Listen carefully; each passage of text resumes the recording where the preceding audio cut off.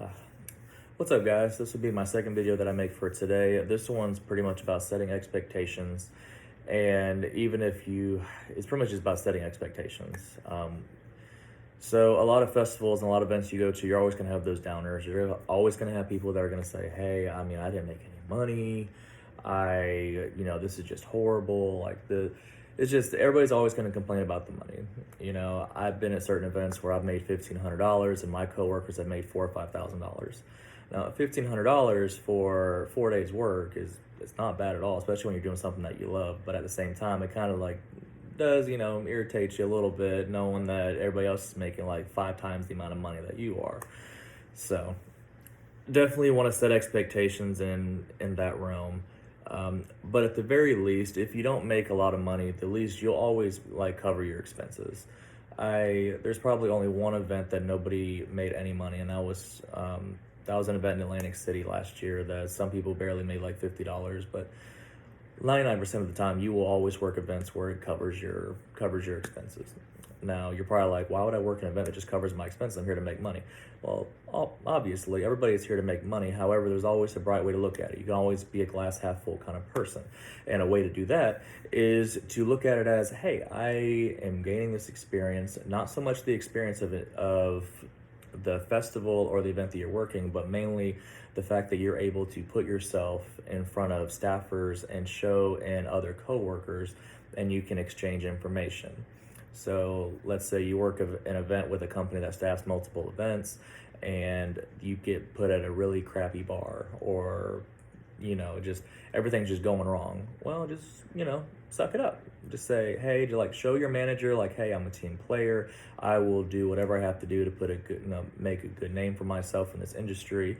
That way, and a lot of them will see that, and then you don't complain, you just do your job. They will make sure that they make sure they get you a good spot next time.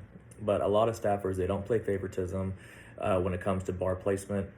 I like to think so. A lot of managers don't play favorites when it comes to bar placement.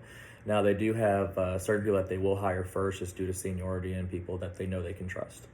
So that's something that you should, not favoritism, it is experience and that they've worked for that company multiple times.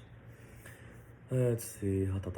Another thing, it'll be meeting new connections. So the new connections that you use be like the bartender next to you be like, hey, what other events you got going on? Oh man, I'm working this, and this. Hey, do you have a connection that maybe I can get on for that? And if they trust you and they think you're a good worker, they'll give you that information, and then you just reach out with a professional email or phone call. So even if you don't make money at a festival, there's always better ways to look about it, as in you're getting to put your face in front of staffers, managers, and coworkers to show that you're reliable, you're dependable, you don't complain, that you're a hard worker, and that they can always rely on you when it comes to working events, even if they know you're not going to make money when you get there. Like I said, obviously we all want to make money when we go to these events, but at the same time, there's not always, it's not always the case.